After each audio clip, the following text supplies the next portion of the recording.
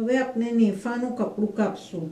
આ નેફાનું કપડું 1.5 ઇંચ રાખ્યું છે, તો 1/2 ઇંચ દોઢનો ડબલ 3 ને 3 ને 1 ઇંચ બીજો હાફ ઇંચ સિલાઈમાં જશે, એટલે 4 ઇંચનું લઈ ને લંબાઈ એની 41 ઇંચીસ 41 ઇંચ રાખવાની ને કટ કરવાનું.